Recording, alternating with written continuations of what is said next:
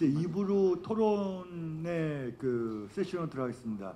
토론 세션에는 세 분의 선생님을 모시고서 이야기를 좀 나눠보겠습니다. 우선 토론자로 참석하신 세 분의 선생님을 소개해드리겠습니다. 제일 먼저 그 서울대에서 오신 그 이준흥 교수님, 그다음에 민주연구원의 김정훈 선생님, 마지막으로 조선일보의 홍익 기자님. 오늘 그 여의도 연구소에서도 그 저희가 토론자를 좀 모시려고 했는데 그 사정이 여의치 않아서 참석을 못 해주셔서 좀 아쉬움을 표합니다. 오늘 그 토론은 일단은 그 지정 토론으로 되어 있습니다. 그래서 보시는 대로 그 이준흥 교수님이 첫 번째 페이퍼, 그다음에 김정훈 선생님이 그 두 번째, 그다음에 홍영임 선생님이 그 세 번째 페이퍼를 주로 말씀해 주시는데 이 주제들이 다 연관이 있기 때문에 아마 다른 페이퍼들에 대해서 코멘트가 돌아갈 겁니다. 저희가 1시간 정도의 그 시간 여유가 있습니다. 그래서 각 토론자께서는 10분 이내로 그 말씀을 해주시고 다음에 발표자들이 그거에 대해서 응답할 걸 좀 한 다음에 짧은 시간이지만 플로어에 좀 열어서 질문 있으신 선생님들의 질문을 받아서 그다음에 답변을 하는 이런 식으로 진행을 하겠습니다. 그럼 그 순서에 의해서 이준흥 교수님부터 토론을 좀 부탁드리겠습니다. 예, 소개받은 이준흥입니다. 오늘 이런 토론자 굉장히 그 중요한 세미나 이미 판명되고 있습니다. 근데 이 자리에 이렇게 토론자로 앉을 수 있게 돼서 굉장히 영광으로 생각합니다. 왜냐하면 사실은 이 그 박인호 선생님, 박민규 선생님, 임종호 선생님께서 쓰신 이 연구는 제가 평소에 이런 연구가 너무 필요하다. 이런 연구를 해야지 우리가 여론조사의 품질에 대해서 말하자면 자료 기반에서 논의할 수 있고 이렇게 자료를 기반을 해서 여론조사 품질을 논의해야지 여론조사의 실행을 개선할 수 있다. 이런 주장을 제가 1997년에 귀국해서 그때 이후로 지금까지 해왔으니 진짜 20년 아주 그 오랜 세월이 된 겁니다. 근데 이제 그런 연구들이 실제로 많지는 않아요. 근데 이 여심이에서 이렇게 후원을 하고 통계학회에 계신 훌륭한 연구자들이 이런 연구를 하게 돼서 정말 너무 그 좋은 연구라고 생각합니다. 그리고 이제 그 연구에 제가 이렇게 코멘트할 수 있게 돼서 영광으로 생각합니다. 그러니까 요점이 뭐냐면 지금 우리나라 여론조사는 표지오차를 중심으로만 논의를 하고 있잖아요. 근데 표지오차는 이게 표지오차가 계산 가능한 표집 방법을 썼다라는 것을 전제해서만 가능한 이야기입니다. 근데 아시다시피 할당 조사라든지 이런 것들은 사실 표집의 그런 어떤 방법이 확률적 조사 방법이 아니기 때문에 응답률 그 소위 말하면 이 표집오차를 적용하는 것 자체가 무리가 있습니다. 그러므로 표집오차가 아닌 말하자면 다른 오차의 기여 요인들도 함께 고려해서 말하자면 이제 추정컨대 할당 표집의 표준 오차를 어느 정도라고 한다고 할지라도 거기에 더해서 이러저러한 또 말하자면은 여기에서 앞서 말씀하신 그 표본 틀에 기여한 어떤 오차들, 그다음에 조사 방법에 따른 어떤 오차의 기여량들 이런 것들을 함께 이렇게 더해서 논의를 할 수 있어야 되는데 지금까지 우리나라는 가히 여론조사 공화국이라고 부를 만큼 여론조사를 많이 수행함에도 불구하고 이런 부분에 대해서 평가를 할 수 있는 평가적 근거로서의 데이터는 없었던 겁니다. 그러니까 우리나라에서 하는 일이 대체로 그렇듯이 많이도 하고 열심히 하는데 잘하지는 못해요. 근데 이게 이제 여론조사가 대표적인 그런 분야라는 겁니다. 그래서 우리가 이런 식으로 말을 할 수 있어야 됩니다. 예컨대 1000명 조사를 하고 이러면은 표지오차로 플러스 마이너스 얼마다라고 한다면 예컨대 이거는 자동 응답 조사이니까 그럼 오차가 플러스 마이너스 2, 3 정도는 더 있겠구나. 만약 이게 가상 번호를 사용하지 않았다면은 혹은 그 자동 응답 조사에 또 가상 번호를 사용하지 않았다면은 그럼 이제 극단적인 응답자들이 많이 포함될 테니까 적어도 이런 대통령 지지율 국정수행 평가와 같은 이런 질문에 대해서는 야당 편향으로 마이너스 2 정도는 있겠구나. 이런 식으로 우리가 얘기할 수 있어야 되거든요. 이런 식으로 우리가 판단하고 평가할 수 있어야 되거든요. 근데 지금까지는 그런 데이터가 없었다. 그러니 여론조사를 많이 수행을 해도 어떤 조사에 대한 옥석을 가리지 못하는 그런 논의가 있어서 너무 답답했다. 그런 어떤 답답함을 해소할 수 있는 첫 번째 연구라고 저는 생각을 합니다. 그래서 그 여심위에 대한 감사의 말씀을 다시 한번 드리고 앞으로 이런 조사를 더 많이 수행할 수 있도록 더 많은 후원을 해주시기를 바라겠습니다. 이 말씀을 드리면서 간단한 질문 2개 하고 코멘트 3개 하고 제 토론을 마치겠습니다. 첫 번째 질문은 굉장히 훌륭한 연구인데 사실은 이게 그 실험 연구 방법이기 때문에 실험에 관련된 방법론적인 그런 어떤 체크 포인트가 있습니다. 이게 만약 실험이 제대로 되려면은 한 조사 회사에서 같은 조사원이 말하자면 날짜를 달리해가면서 모드를 달리하면서 한 그런 연구가 되는 게 바람직하다고 생각합니다. 왜냐하면 이렇게 해야지 이미 알려진 기존의 지금 연구들 가운데 우리 뭐 서울대 한규섭 선생이라든지 등등 수행한 하우스 이펙트에 대한 연구 결과가 이미 있거든요. 그러니까 그런 어떤 조사 회사의 효과가 통제돼 있는지 혹은 조사원에 따른 그런 어떤 그 효과도 통제가 돼 있는지 이런 점들이 랜더마이제이션을 통해서 통제가 돼야만 지금 말씀하신 내용들을 말하자면은 확증할 수 있다고 생각합니다. 두 번째 질문은 연구 설계를 보면은 결국에는 2 곱하기 2 상호작용 효과를 볼 수 있는 일종의 요인 방안으로 설계가 돼 있습니다. 근데 제시한 결과를 보면은 그런 어떤 요인 방안의 설계의 그런 이점을 살리는 그런 분석은 하지 않으신 것 같아요.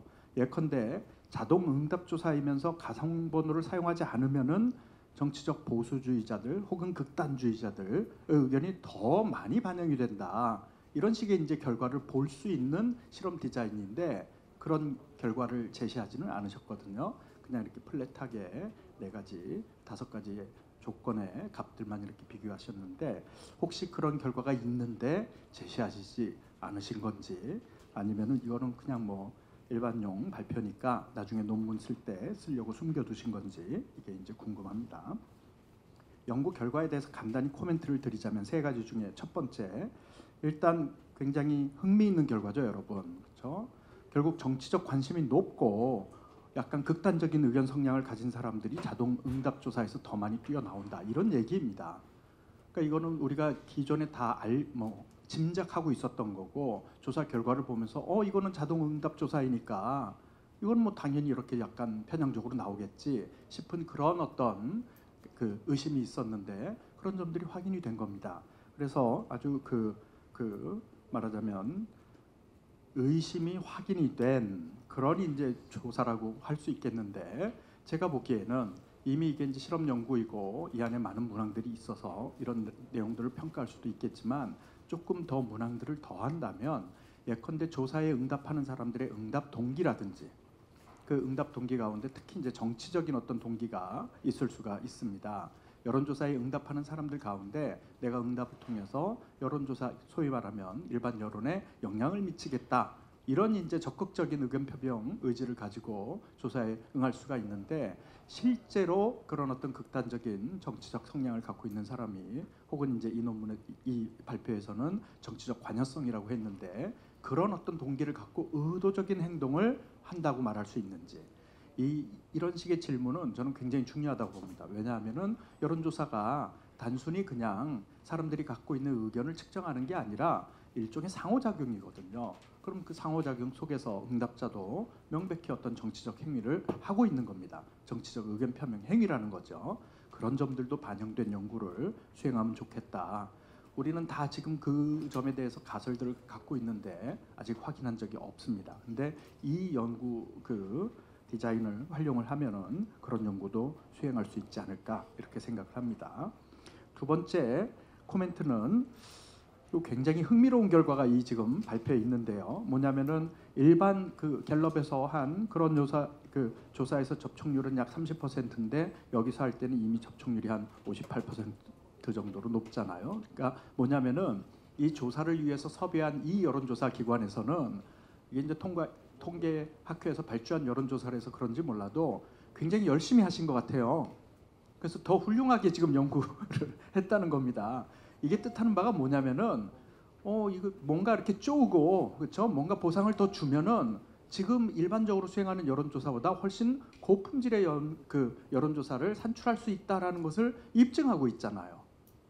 그래서 저는 이 결과가 굉장히 재밌다고 생각합니다. 즉 우리나라는 여론조사 품질 개선에 여지가 아직도 있다. 그래서 좀 노력하고 이게 이렇게 발표될 수 있는 거고 여심이가 후원한 거고 이런 식이면은 품질이 나아지더라. 그럼 이 나아지는 이 정도를 어떻게든 계량화를 해서 여론조사 기관에게 정당하게 보상할 수 있는 길을 또 우리가 마련을 하면 이런 어떤 연구 결과를 통해서 여론조사의 품질을 높이고 이렇게 고품질 조사를 하는 조사 기관에다가 더 많은 보상을 할 수 있는 선순환 구조를 만들 수 있다고 생각합니다. 그 다음에 마지막은 이건 뭐 여러분들 다 아시는 내용이지만 강조 차원에서 말씀을 드리자면 결국 모든 조사가 다 같지 않습니다, 여러분. 그렇죠? 엄격하게 옥석이 가려지는 거예요. 그렇죠? 가상 번호를 사용하면 조사 비용이 더 들지만 명백히 응답률이 높아집니다. 그러니 어떤 굉장히 중요한 조사의 그 실행적인 관점에서 중요한 그 결과들이 나왔어요. 가상 번호를 이용한 전화 조사에서는 응답률이 18.6인데 똑같은 거를 자동 응답 조사를 하고 유선 조사를 하면 응답률이 2.2%로 주저앉습니다. 응답률이 8배나 차이가 나는 거예요. 응답률이 전부는 아닙니다. 그렇죠? 하지만 응답률을 보면 품질을 추정할 수 있죠. 즉 응답률이 높다고 해서 더 잘 맞추기, 그 선거 여론조사에서 더 잘 맞추리라는 보장은 없어요. 근데 어떤 조사 회사가 지속적으로 낮은 응답률을 갖고 있는 방식으로 조사를 수행하면 그 기관은 문제 있는 겁니다. 우리가 이런 얘기를 할 수 있어야 되는데 지금까지는 자료 기반한 논의를 할 수 있는 데이터가 없었기 때문에 얘기를 못 했는데 이런 조사가 더 많이, 이런 연구 결과가 더 많이 나오면은 과연 응답률이 문제가 된다. 그리고 그게 그냥 응답률이 문제가 아니라 이 연구가 보여주고 있듯이 극단적인 정치적 여론 그 의견을 갖고 있는 사람이 조사 결과에 더 많이 반영되는 그런 결과를 낳는다. 이렇게 우리가 확신을 갖고 말할 수 있는 거잖아요.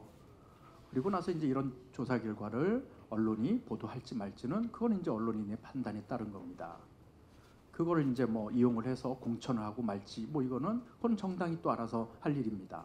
하지만 일단 조사기관은 좀 이렇게 고품질 여론조사를 결과를 낼 수 있도록 이런 식의 연구가 수행이 됐으면 좋겠습니다.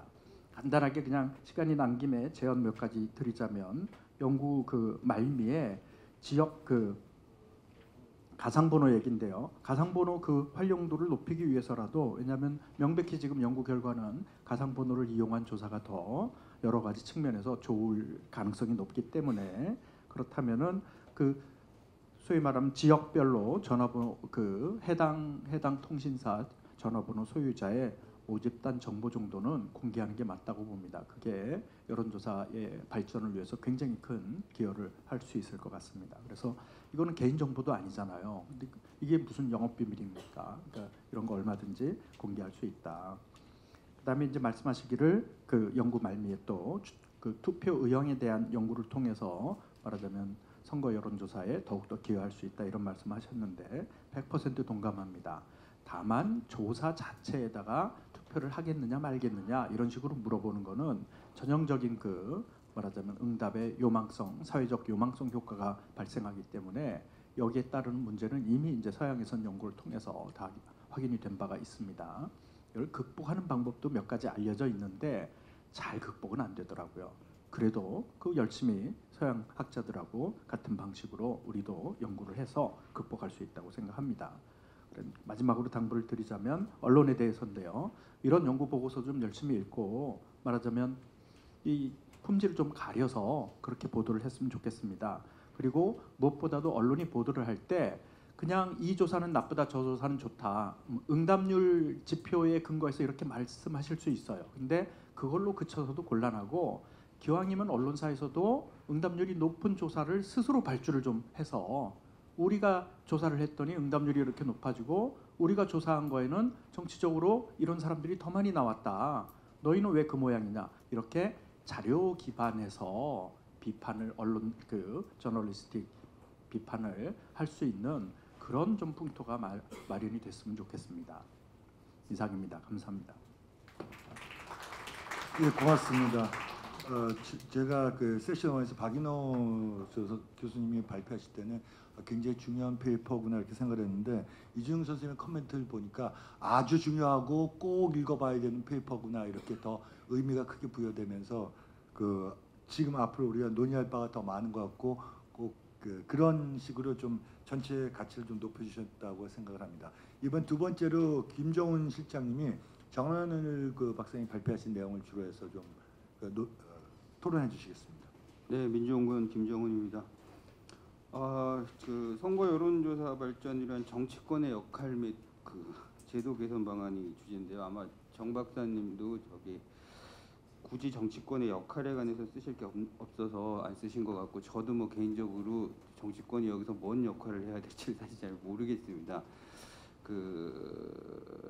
그러면서 이걸 보면서 이제 다른 것도 좀 보기로 했는데, 어쨌든 정치권이 뭐 큰일을 했다면 저는 이 여심이가 어쨌든 이 여론조사의 품질을 높이는데 그 대단한 기여를 하고 있는 건 분명한 사실인 것 같습니다. 그리고 사실은 그 몇 년간 그 여론조사의 품질이 그 상당히 높아진 것 역시 뭐 방금 뭐 근본적인 한계가 있다라고 말씀을 하셨는데, 그것도 참 새롭게 배워서 참 좋은 것이긴 하나, 아무튼 저희들이 볼 때는 대단히 높아진 건 분명한 사실인 것 같고, 또 왜곡 조사라든가 이런 것들이 대단히 많이 없어진 것들은 분명한 사실인 것 같습니다.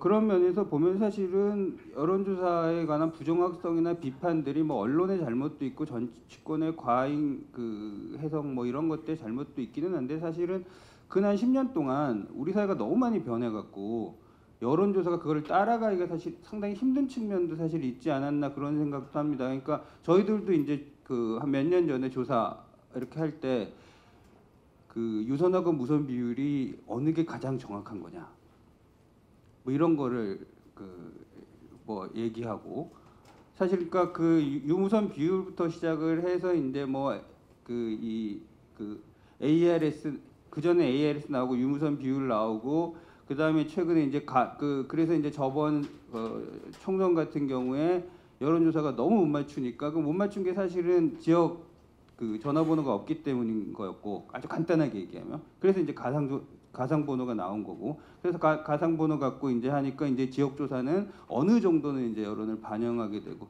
최근에는 이제 뭐 가장 최근은 아니지만 요즘에 이제 웹조사를 또 어디까지 인정을 해야 되느냐, 어떻게 봐야 되느냐, 뭐 이런 거 갖고 또 이제 얘기를 하고, 그거를 아마 이제 연구한 것이 박 선생님의 연구인 것 같고, 저기다가 사실은 웹조사나 이런 것까지 넣어서 앞으로 더 많이 연구를 하시면 훨씬 더 좋은 품질들, 그러니까 단순히 품질뿐만 아니라 이제 사람들이 살아가는 삶의 패턴에 가장 정합적인 어떤 이 조사들을 받아들일 수 있지 않겠느냐, 뭐 이런 생각을 합니다. 그래서 뭐 많은 그 여론조사에 대한 그 이렇게 비난에도 불구하고 어쨌든 그 여심의 규제 효과나 이런 것을 통해서 품질은 좋아진 것이 아닌가라고 저희들은 생각을 하고 있고요. 그럼에도 불구하고 이제 문제는 있는 것 같습니다.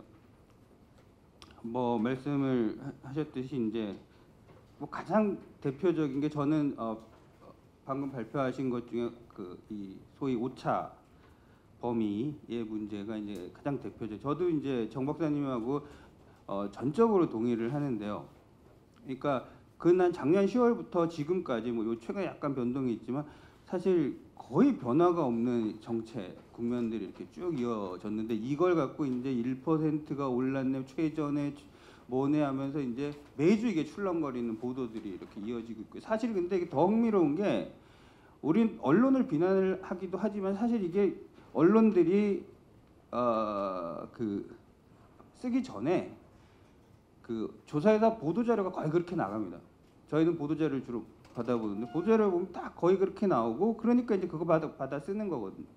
거기에 이제 뭐 특정한 언론사의 편향성이나 이런 것들이 이제 개입이 되면 이제 더 이제 이 강조가 되는 방식으로 이제 나타나고 있어서, 이런 보도 양식은 좀 지양이 돼야 되고, 지양이 될 뿐만 아니라 좀 뭔가의 뭐 자율규약이든 뭐든 뭐 이런 방식들이 좀 있어야 되지 않겠나, 이런 생각이 좀 듭니다. 그래서 뭐 우리 정 박사님은 이제 새로운 그림을 뒤에다 박아서 하자 그랬는데, 사실 그 그림 보고 이렇게 일반인들이 몇 명이나 될까, 또 이런 생각이 좀 들기는 하거든요. 그래서 개인적으로는 그 숫자를 발표를 할 때는 꼭 오차 범위를 같이 이야기를 하는 규칙 같은 걸 만들어서 그래서 뭐 예를 들어 이건 오차범위 안에 있지만 어떻습니다. 뭐 오차범위 혹은 쓸 때 오차범위 아니고 오차가 얼마고를 꼭 병기하는 방식을 꼭 써줘서 그런 방식의 이제 규칙을 만드는 것이 일종의 이제 이런 그 1% 갖고 막 10%의 출렁거림과 지지율의 급락과 그 이 급등이 막 되는 이런 말도 안 되는 사태는 좀 막을 수 있지 않을까라는 그런 생각을 좀 개인적으로 좀 해봤습니다.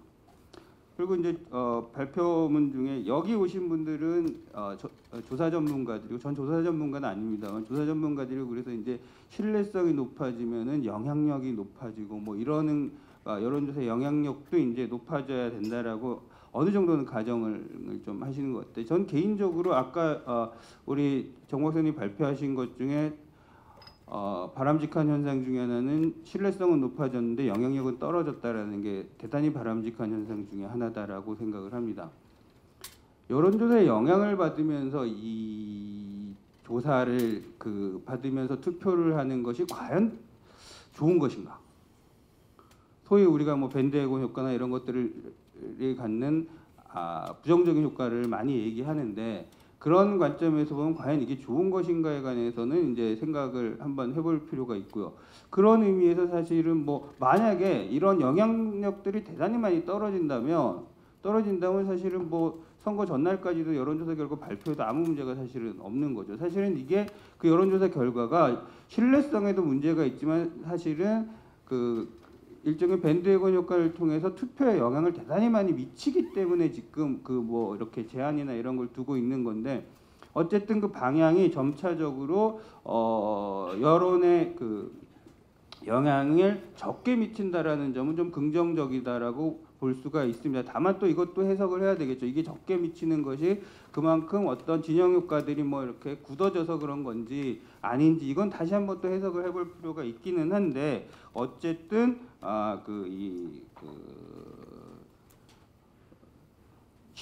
여론조사의 신뢰성은 가능하면 여기 오늘의 표현대로 품질은 대단히 높아지는 방식이 좋고 영향은 떨어지는 방식이 좋은 방향이 아닌가 우리 사회가 앞으로 나아가는데 좋은 방향이 아닌가 그런 생각이 들고요. 그런 의미에서 이제 마지막으로 말씀을 드리면 오늘 이제 박 교수님 발표 들으면서 참 많이 배웠고 사실 저런 조사들이 좀 많이 이루어지는 게 이제 바람직하다라고 저도 생각을 합니다. 그러니까 저같이 조사 전문가 아닌 사람들은 일단 결과를 보고 품질의 옥석을 가릴 수 있는 정보들이 있어야 되는데 사실 품질의 옥석을 가릴 수 있는 정보들이 사실 많이 주어지지가 않거든요. 그래서 그런 점에서는 대단히 좋은 중요한 연구인 것 같고 여심이가 이제 뭐 다른 것들보다도 이 품질을 올릴 수 있는 어떤 이제 그런 기능들을 좀 해주는 게 정 박사님이 여기도 쓰셨지만 그런 식의 어떤 뭐 연구 방법부터 조사 방법부터 시작해서 이런 것들을 이런 어떤 일련의 프로젝트를 구성을 해서 그런 것들을 해갖고 일련의 어떤 매뉴얼 같은까지는 안 되더라도 어떤 이런 모범 답안 같은 것들을 만들어주면 조사 기관들도 이제 점점 그렇게 따라갈 거고 그렇게 되다 보면은 전반적으로 조사의 품질이 높아지면 이제 그걸 활용하는 사람들에게도 대단히 많이 도움이 되지 않을까 이런 생각을 하면서 마치겠습니다. 감사합니다. 네, 고맙습니다. 현실적인 고민 같은 것들을 많이 말씀해 주셨는데 아주 예전에는 언론에서 오차 범위를 전혀 무시하고 뭐 1% 이내에도 누가 앞섰다 뒤섰다 얘기를 했는데 통계학회를 비롯한 이제 전문가에서 오차 범위라는 것이 굉장히 중요하고 그걸 반드시 보도돼야 된다고 하니까 표현은 좀 달라졌죠. 그래서 그러니까 말이 안 되는 오차 범위 내에 뭐 우세 이런 식의 얘기는 오차 범위가 있기 때문에 그건 우세하다고 얘기할 수 없는데 그렇게 쓰고 있기 때문에 지금 김 실장님이 말씀하셨던 그분을 본다면 오히려 오차 범위에서 모집단 추정했을 때는 그 레인지가 어디서부터 어디까지라고 딱 한다면 그 뒤에서 앞섰다 뒤섰다 얘기를 못 하니까 그런 거를 규정으로 넣는 것도 뭐 가능할지 몰라도 한번 생각해 볼 만한 것 같은 생각이 듭니다. 고맙습니다. 그럼 이제 마지막으로 김혜균 선생님 논문에 대해서 홍영님 기자님 좀 토론해 주시기 바랍니다. 예, 안녕하세요. 조선일보 홍영민 기자입니다. 뭐 아까 김 박사님 발표하실 때도 그런 말씀을 하셨지만은 이 뭐 여론조사 및 여론조사 보도에 대해서는 수없이 많은 기간 동안 문제점이 지적되어 왔음에도 불구하고 뭐 최근에 갈수록 개선이 됐다는 느낌을 많이 못 받으신다면은 그건 뭐 언론의 문제가 굉장히 뭐 아직도 여전히 많이 있다라고 저 스스로 자성도 해보고 또 다른 언론의 기사도 제가 많이 보고 있는데 제가 이런 자리에서 예전에 그런 말을 한 적이 있었는데 뭐 총선 때 여론조사 결과 뭐 틀리고 뭐 이럴 때 뭐 여론조사 회사 이게 두 축이죠. 여론조사 회사와 언론사 그걸 보도하는 언론사 이 두 축이 상당히 그 비난을 많이 받는데 저는 그랬어요. 그래도 여론조사 회사는 이 언론사 특히 언론사나 정치권한테 돈을 받고 조사를 하죠. 돈을 받고 조사를 하는데 언론사는 돈을 내고 조사를 하는 거죠. 그래도 조사회사는 돈이나 벌고 욕 먹지 언론사는 돈도 쓰면서 욕 먹는다 뭐 그런 얘기를 제가 많이 하는데 그러니까 언론사 입장에서는 이게 돈을 쓰기가 어려운 여러 가지 언론 여건이 갈수록 더 심해지니까 이게 또 아까 전문 기자 말씀도 하셨지만은 그 상당히 좀 쉽지 않은 그런 이 상황이 아닌가라는 생각이 일단 들고요. 김 박사님 말씀하신 것 중에서 몇 가지 그 뭐 제 변명 비슷한 것도 하겠지만은 또 뭐 동의하는 부분은 상당히 많습니다. 그 일단 그 선거 여론조사에 대한 불신이 높아지고 거기에 대해서 합리적이고 과학적인 방법 개발과 적용이 중요하다. 뭐 이런 말씀하셨는데 합리적이고 과학적인 방법이 개발 뭐 오늘 같은 연구가 그 상당히 많이 도움이 된다라고 하는 거는 저도 이 아까 자료를 보면서 이제 그런 생각을 했는데 이제 근본적으로 이제 이 어떤 규제 상황에서의 그 문제점도 있어요. 아까도 이준우 교수님 말씀하실 때 언론사가 좀 더 응답률도 높고 품질도 좋은 거를 내보이면서 이제 차별적인 걸 내보이면서 얘기를 하라고 그랬는데 그러기에는 이제 사실 돈과 시간을 더 쓰는 것밖에는 뭐 언론사 입장에서는 잘 모르겠어요. 아까도 계속 제가 돈 얘기만 해서 좀 죄송한데 그러려면은 이제 대표적인 사례로 여기 김영원 그 위원장님 계시지만은 신고리 국론조사 때 엄청난 응답률의 그 기록을 그 신고리 국론조사 이 예비조사 때 보였단 말이죠. 근데 응답자한테 사례비를 그 기존의 그것과는 비교도 할 수 없는 그 비용을 줬어요. 근데 언론사에서 그 비용을 주려면 선거법이 규제를 받아요. 그거 빨리 풀어줘야 돼요. 빨리 풀어줘야 돼요. 조선일보 뭐 제가 몸담은 회사 입장에서는 돈 쓰고서라도 좋은 조사 하고 싶어요. 근데 응답자한테 사례비 지금 1,000원 이상은 줄 수도 없어요. 요즘 1,000원 준다 그러면은 누가 아마 지나가는 그 초등학생도 이거 1,000원 받고 내가 이거 해줘야 되나 아마 의문 가질 수도 있어요. 그러니까 이거 빨리 풀어줘야 됩니다.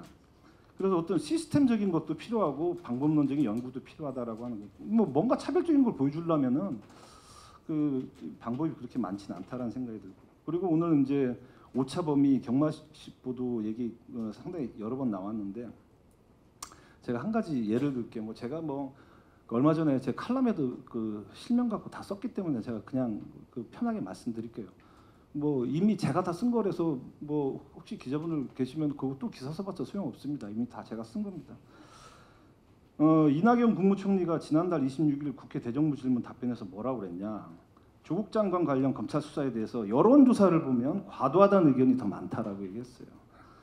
근데 그 당시까지 나온 여론조사가 그 조국 장관 검찰 조사에 대해서 나온 여론조사가 그 5개인가 6개 있어요.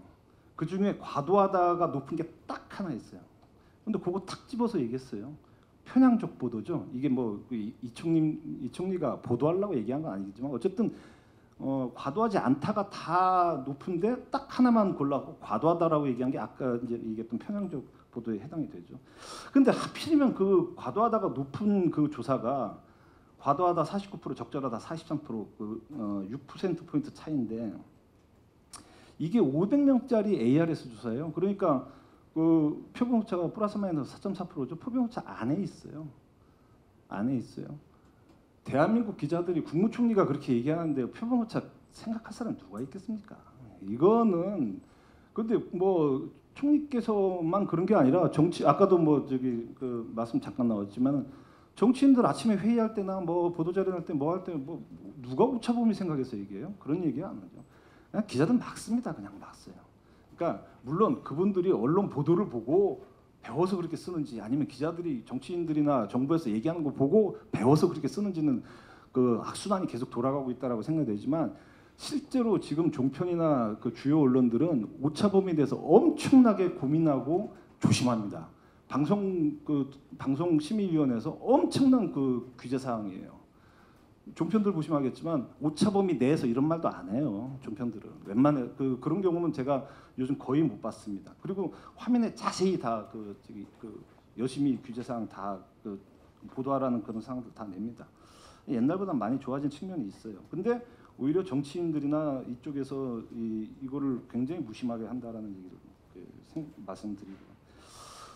그리고 김 박사님 발표문 중에서 선거 여론조사 보도 규제 기관에서 최우선적으로 역량을 집중해야 될 것은 과학적이고 정확한 보도의 유통이며 확산이다.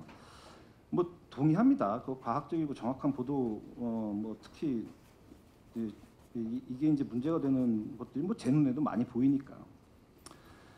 근데 제가 이것도 한 가지 예를 들게요. 이것도 제가 쓴 거니까 다 다시 써봤자 뭐 소용없는 겁니다. 근데 뭐 가장 최근에 있었던 선거가 뭡니까? 4월 3일 날 보궐선거였죠. 4월 창원 성산 보궐선거였죠. 그 일주일 전 공표금지 일주일 전에 ARS로 조사한 어떤 한 업체가 민주당과 정의당 연합 공천된 후보가 지지율이 49.9%라고 그러고 한국당 후보가 25.8%라고 했어요. 차이가 몇 퍼센트입니까? 2배 차이죠. 나중에 일주일 있다가 45.7% 대 45.2%로 득표율이 끝났습니다. 이거 받아 쓰는 언론이 잘못한 겁니까? 이거 보도한 조사기관이 잘못한 겁니까?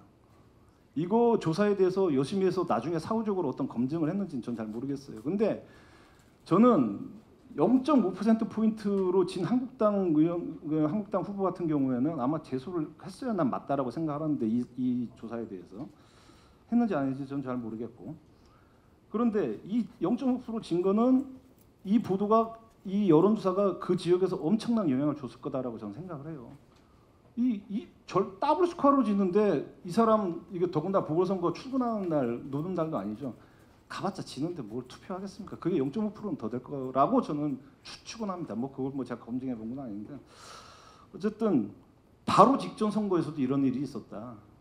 나머지 다른 여론조사, ARS 여론조사도 10% 안팎으로 이 차이가 있었다. 그러면 최우선적으로 뭐를 집중해야 되는지, 규제기관이 집중해야 되는지에 대해서는 저랑 약간 생각은 좀 다를 수 있지 않나라는 말씀을 드리고요. 그리고 또 지금 공표 금지에 대해서는 제가 뭐 질문 비슷하게 좀 드리고 싶은 얘기가 있는데 뭐 질문은 조금 이따 하고. 그리고 이제 아까 그런 얘기가 있었죠. 잠깐 이 언론사에서 최종 설문지 승인을 받는 절차도 고려할 필요가 있다는데 요즘 그게 장단점이 있어요. 뭐 전문 기자가 있냐 없냐 그걸 떠나갖고 장단점이 있어요. 언론사에다가 최종 승인 받으면 문항수가 확 늘어나요. 보통 일반적으로. 왜? 어쨌든 똑같은 비용에 조사해서 많이 조사해서 많은 꼭지의 기사를 쓰고 싶으니까 그러면 조사의 질은 당연히 떨어지죠.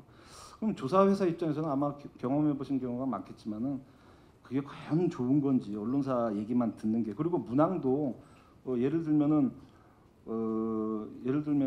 박근혜 전 대통령이 사면되면 총선에서 어떤 변수가 될 거로 보이십니까? 이거는 정치 평론가한테 물어볼 일이지 그걸 일반 국민한테 물어보겠냐. 근데 언론사에 있는 분들의 상당수는 그걸 혼동하는 경우가 많아요. 그러니까 일반 국민이 정치 평론가라고 생각하는 경우가 많아요. 그 물어볼 만한 질문의 내용을 구분을 잘 못한다. 그건 오히려 경험 있고 전문성 있는 조사회사의 의견이 더 정확할 수가 있지 않나라는 생각이 들 때가 많습니다.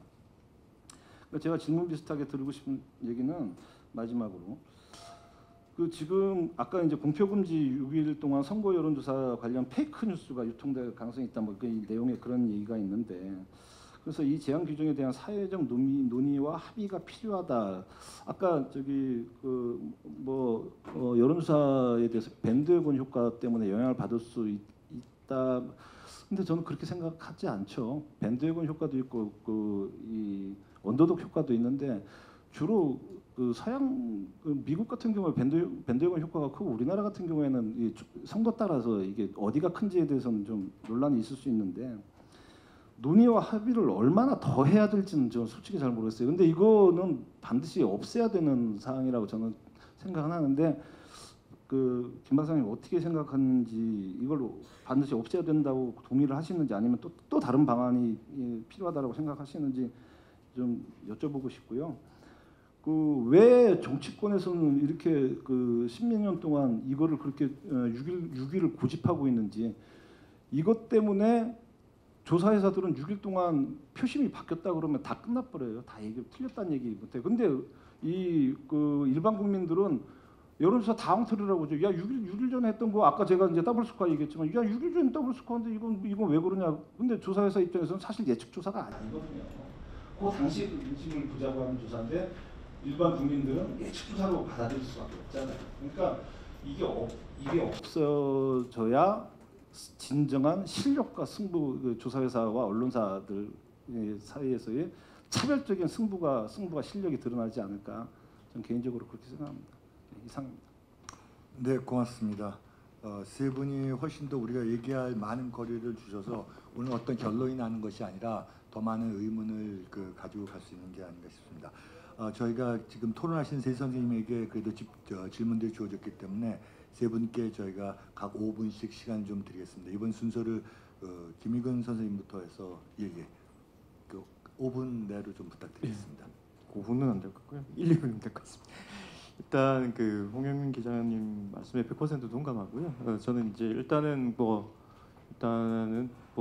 여심 입장 또는 시민의 입장에서 좀 바라본 이야기고요. 그리고 이제 총론적인 이야기를 좀 했기 때문에 아마 제가 생각하고 있는 생각과 저의 어떤 생각과 글로서 표현되는 간극이 좀 있어서 아마 질문을 하신 것 같습니다. 그리고 이제 마지막에 이제 질문을 하신 부분이 이제 공표 금지와 관련된 부분인데요. 저는 개인적 의견을 말씀드리면 사실은 홍영민 기자님 의견과 100% 동의합니다. 왜냐하면 6일 동안의 공표 금지라는 것이 사실은 아까도 말씀드렸지만 페이크 뉴스와 관련된 이야기들이 좀 있을 수 있거든요. 왜냐하면 조사가 되지 않는 것들 또는 조사 시점에서의 어떤 공표를 못하는 부분들이 사실은 경험적으로 보셔서 아시겠지만 찌라시 같은 형태로 이제 돌아다니지 않습니까?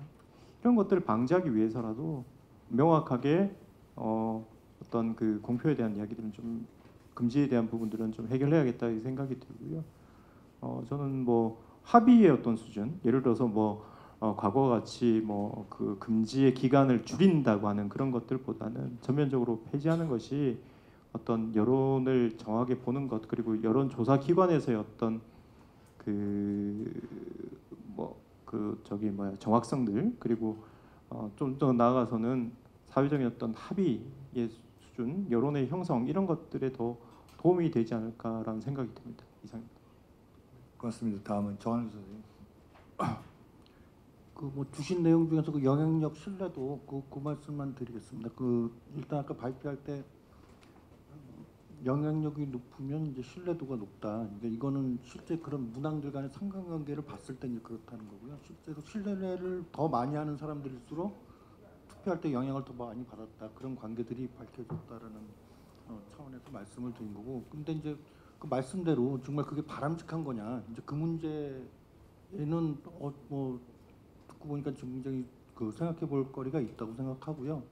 근데 일단 가령 지금 이제 여론조사의 판세 조사 누가 저번 주에 1% 올랐는데 반등하고 이런 식의 조사에 영향을 받는 거는 문제겠지만 그거에 대해서는 말씀대로 그런 영향력이라면 사실은 그렇게 바람직하지 않다라는 거에 동의할 수 있고요. 근데 과연 어떤 지금 사람들의 어떤 변화나 여론 변동에 대해서 조금은 더 이제 심층적이고 조금은 더 한참 더 들어간 그런 어떤 이해까지 간 수 있다면 그때는 그런 여론조사에 영향을 받는 게 부끄럽다거나 혹은 그렇지 않고 오히려 좀 더 올바른 선택하는데 영향을 받을 수 있는 다른 사람들의 생각이나 그런 것까지 염두에 두면서 투표를 한다는 게 만약 그런 좀 이상적인 얘기일지는 모르겠지만 그렇게까지 간다면 그렇게 꼭 무조건 반대는 아니지 않을까? 오히려 좀 그런 플러스적인 걸 지향을 해야 되지 않을까 생각을 합니다. 이상 마치겠습니다. 네, 그러면 그 박인호. 네. 예, 저는 일단 아마도 우리나라가 유일하지 않을까. 예를 들어 여심이라고 하는 국가기관이 조사에 대해서 통제하고 관여하고 하는 거는 아마 유일하기 때문에 저도 그 부산 지역에 있는 여심에서 활동을 하는데요. 그래서 저는 이런 규제들을 만드실 때 이거는 과도기적으로 하시는데 너무 많이 하실 필요 없지 않나요?라고 말씀을 드릴 정도로 이거는 그냥 그 일반적인 여론을 수용하는 사용자 입장에서 걸러내야 될 건데 그게 걸러지지 않다 보니까 아마 국가에서까지 관여하는 상황이 아닌가 싶습니다. 일단 우리 이 교수님께서 너무 아픈 지적을 해주시긴 했는데 저희의 사정을 간단히 말씀을 드리다 보면 연구를 의뢰를 받았을 때 연구 설계를 어떻게 할 것인가라는 그 현실 파악을 하게 됩니다. 근데 현실이 굉장히 녹록치 않고요. 그리고 통계학적인 많은 기법들이 발달하고 있지만 그것을 적용할 만한 우리의 그 인프라나 이 상황이 절대 안 됩니다. 첫 번째가 ARS 회사든 전화 회사든 자기네 조사를 그대로 드러내 보이려고 하고 싶어 하질 않아요. 왜냐하면 이게 저도 사실 여론조사가 아니라 저는 국가통계 같은 걸 많이 이제 해봤는데 아직 우리나라 문화가 이게 그 있는 것을 그대로 드러내고 평가받고 개선하고 이런 긍정적인 그 순환 주기가 아니라 잘못했어 왜 잘못했어 이렇게 약간 좀 징계적으로 나가거든요. 그러다 보니까 특히나 여론조사 같은 경우는 워낙 그 비용 구조가 열악하다 보니까 이렇게 숨기려고 하는 그런 면들이 있습니다. 그래서 하다못해 조사협회라고 하는 조사기관들이 쪽에서는 우리는 ARS 안 해라고 공식적으로 선언을 했습니다. 그러니까 협회에 들어가지 않은 그 일부 조사 회사들이 ARS를 진행하고 있기 때문에 아까 말씀하신 것처럼 하우스 이펙트 이런 모든 어떤 그 간섭될 수 있는 효과들을 다 통제하는 그 통계학적인 실험 연구는 불가능하고요. 그래서 저희들이 결론 내리기는 원점으로 돌아와서 실태라도 파악해보자라고 해서 굉장히 기본적인 수준으로 조사 실험 연구라고 하기에도 사실 부끄러운 수준으로 지금 하고 있는 사실이고요. 그래서 제가 이거를 살펴보면서 봤을 때 유무선 혼합이라고 하는 말을 많이 쓰시길래 저는 어떤 식으로 생각했냐면 학문적으로 보면요, 듀얼 프레임이라 그래가지고 두 가지 소스를 이렇게 적절하게 섞어서 가장 효율적으로 만들어내는 그런 식의 접근인 줄 알았더니 그게 아니라 제가 봤을 때는 할당을 맞추기 위해서 그 단시간에 빨리빨리 맞추려고 하는 그런 짜집기식의 어떤 그런 접근으로 보입니다. 실질적으로. 그래서 이게 결국에는 우리 조사 환경이 너무 열악하고 충분한 투자가 주어지고 전문 인력들이 많이 제공이 되고 그리고 사회에서도 그걸 걸러낼 수 있는 그런 역할들이 필요하지 않을까라는 생각이 좀 많이 들고요. 마지막으로 그 가상번호를 사용할 수 있는 게 아마 우리나라가 유일하지 않을까 싶어요. 그러니까 이거는 또 여심이가 마치 여론조사를 규제하는 것처럼 정부가 나서서 그 실제 통신사 번호를 직접 쓴다라는 거는요. RDD라는 거는 쉽게 생각하시면 국번만 가지고 이제 국번 밑에 있는 4개의 가능한 숫자 10,000개를 만들어서 붙여버리거든요. 그러니까 실제 사용되지 않는 많은 그 비효율적인 번호까지 오다 보니까 걸어도 통화 안 되고 하는 것들이 걸어내는 게 더 많아요. 근데 가상 번호는 사실 17원 정도를 투자를 하면 그냥 직접 걸리거든요. 근데 단지 이제 그러니까 굉장히 효율적일 수 있는데 아까 말씀드린 것처럼 그 표본, 그러니까 그 번호가 갖고 있는 전체 규모라든가 이런 것들을 제공했을 때 그 실제 확률 추출이라는 구조를 그대로 입힐 수 있다라는 겁니다. 그러니까 저희한테 그 정보력만 주시면 지금까지 많이 개발된 통계학적인 이론을 통해서 훌륭한 방식으로 전환할 수는 있지만 지금 그 정보를 제공하지 않기 때문에 그걸 제공하는 순간까지 기다려야 될 수밖에 없는 그런 한계점이 있다.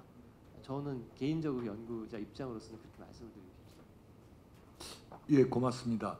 한 가지 불안한 건 우리가 2시간까지 얘기하고 있는데 수렴이 되기보다는 이게 정말로 우리가 생각하거나 고려할 게 더 많구나 하는 그 부분에서 아마 위원장님이 조만간 다시 한번 이런 회의를 여셔야 되지 않을까 하는 그 생각도 듭니다. 이제 그 짧은 시간이었지만은 다 그 발표자 토론자가 협조를 해주셔서 저희가 시간을 잘 사용했습니다. 그래서 약 한 10분 정도의 시간이 더 있을 것 같습니다. 플로어에서 질문이 있거나 의견이 있으신 분 네, 몇 분 받아보겠습니다. 마이크가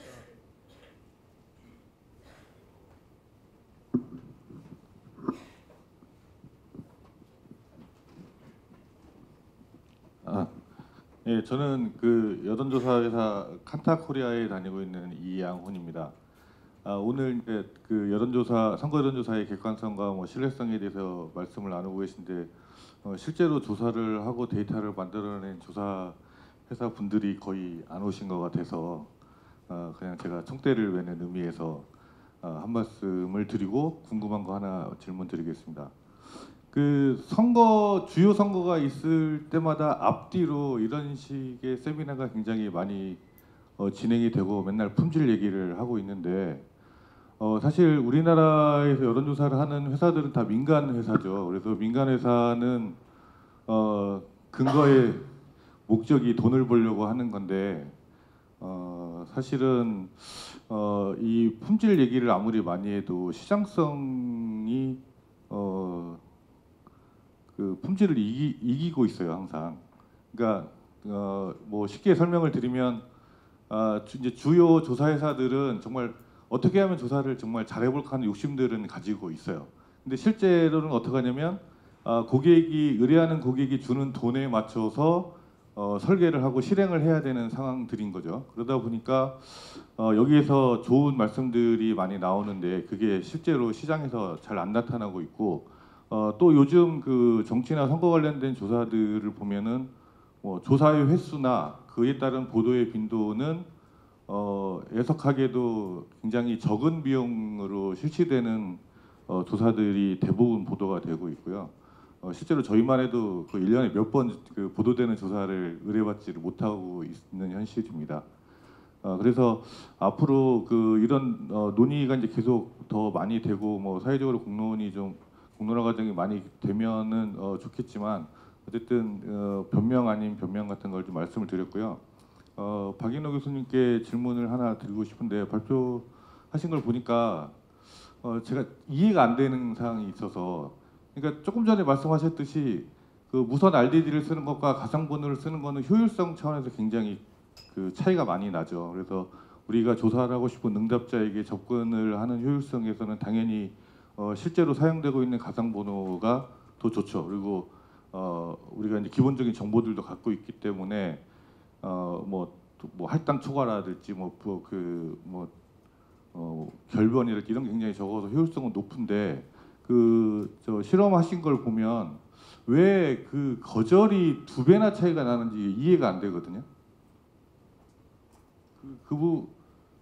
그러니까 응답률이 높다고 하셨잖아요. 그래서 지금 500개 그 실험하신 거 보면 거의 그 여기 저 무선 RDD 쓴 거는 1,600개 정도가 그 중도 거절이 있고 그 가상번호 쓴 거는 800여 개로 제가 표에서 봤는데 그거는 만약에 그게 맞는 거라면 가상번호가 되게 이상한 거라고 생각을 하거든요. 그러니까 독특한 사람들의 번호가 샘플링이 됐다라고밖에는 생각할 수가 없어서 왜 가상번호의 응답률이 무선 RDD의 응답률보다 높은 결과가 나왔는지를 좀 설명해 주셨으면 좋겠습니다. 그 부분은 제가 검토는 하고 있는데 그 다른 방식으로 설명을 2배까지는 아니고요. 한 30% 더 높은 것 같습니다. 근데 제가 이거 하면서 느끼는 거는 예를 들어서 여심위에서도 고민을 많이 하셨겠지만 외국 같은 경우는 상당히 다양한 형태로 그 응답을 구분을 합니다. 예를 들어서 몇 번 걸어봤을 때 뭐 이게 통화 중이라든지 뭐 아니면 우리도 뭐 PDS라는 방법을 통해서 아마 하시는 것 같긴 해요. 그러니까 그런 식의 어떤 그 시스템이나 이런 걸 통해서 이게 효율적으로도 하지만 실제 사람이 어떤 질문을 해가지고 이게 가정집인지 아닌지부터 점검하고 들어가는데 글쎄요 이 차이가 왜 났는지 정확히 제가 아직 파악할 길은 없으니까 저한테 주어지는 정보 가지고 판단할 수밖에 없고요. 그리고 생각보다 응답 분류가 세세하지가 못해가지고요. 이게 정말 예를 들어서 거절과 중도 이탈이라고만 얘기를 하고 있어요.